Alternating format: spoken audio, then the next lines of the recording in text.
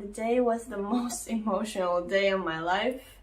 I was crying the whole day and it was just really emotional, and I felt bad because I didn't tell my mom that I was going to do that, and she didn't have any idea that I was converting to Islam.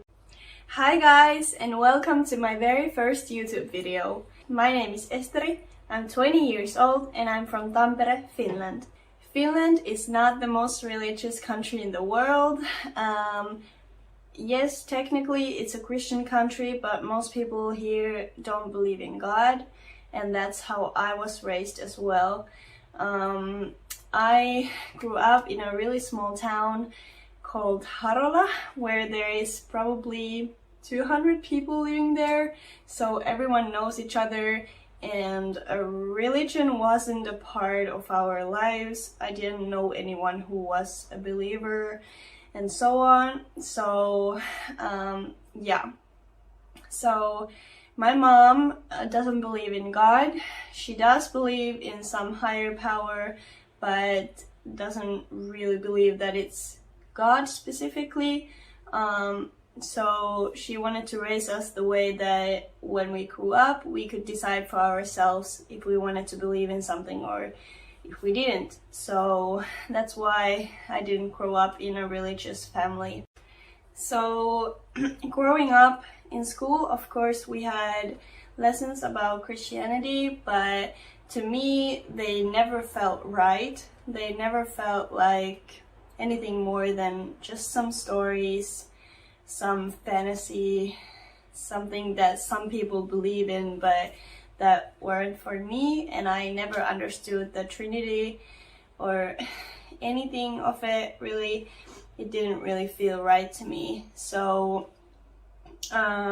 growing up, we did go to church every now and then from school and with my mom as well, but it wasn't about religion at the time for me. In Finland, when you are 14 or 15 years old, you go to this summer camp that is based on Christianity, and they teach you a lot of things about Christianity in there. And at the end of the camp, there is this ceremony called confirmation, where you basically get the permit to get married in a church, etc. So in Finland, most people do that.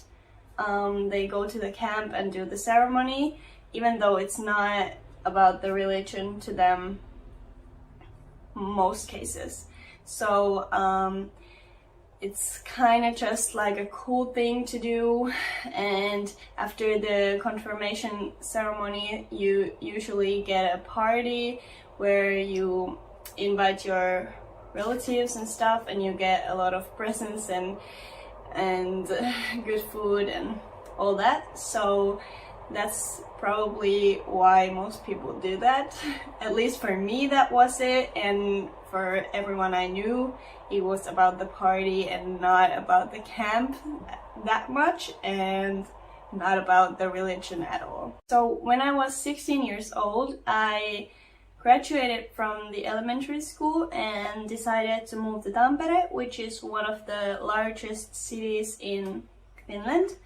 And I wanted to move here because I wanted to go to this high school that had a music line there, because I love to sing and all that. So I applied and got in and moved to Tampere, and still wasn't religious at all. Religion was not part of my life in any way.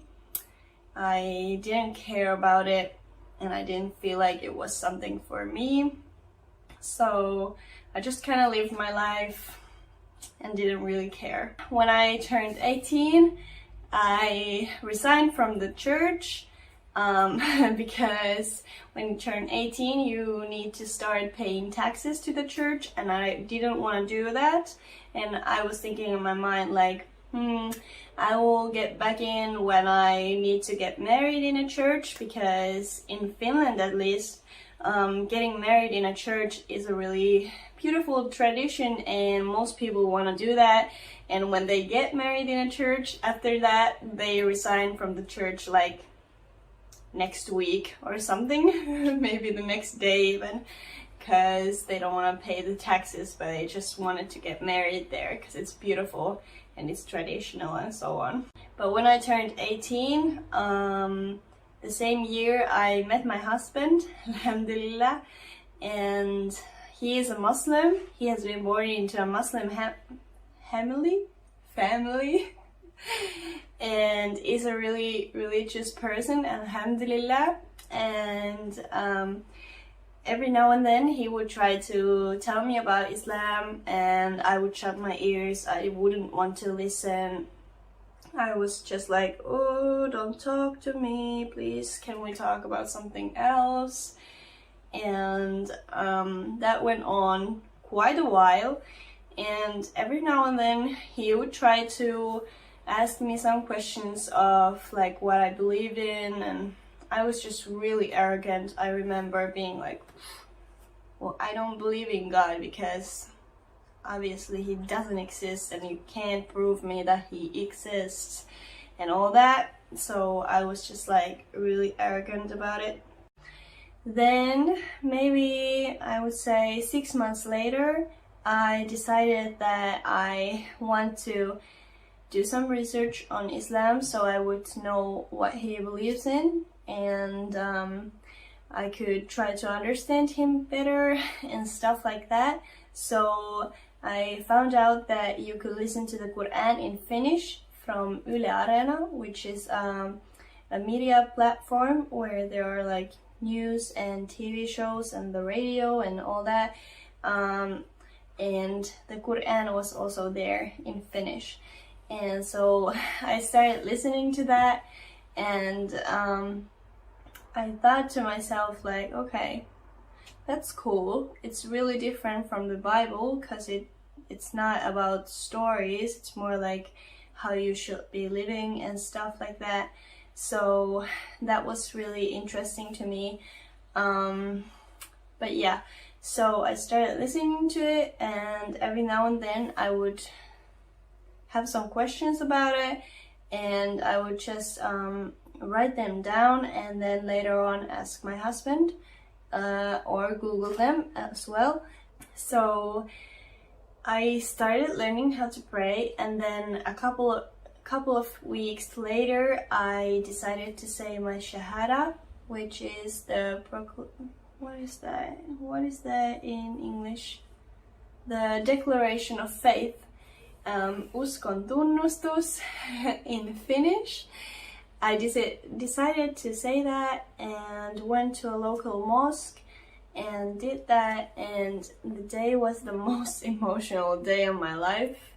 I was crying the whole day, and it was just really emotional, and I felt bad because I didn't tell my mom that I was going to do that, and she didn't have any idea that I was converting to Islam. And so I felt really bad about that, but at the same time it felt right to do, and I wanted to do it pretty soon because I thought, why wait? Because I'm sure that that's what I want to do. And just a little reminder that even though you say your Shahada and become a Muslim, it doesn't mean that you have to be the perfect Muslim. It doesn't mean that you have to know everything about Islam, because that's just not possible. You can never know everything about Islam, and you can never be the perfect Muslim. You just need to try your best, and God will understand, and God will be forgiving and merciful to you, and He will guide you in your life when you ask for it.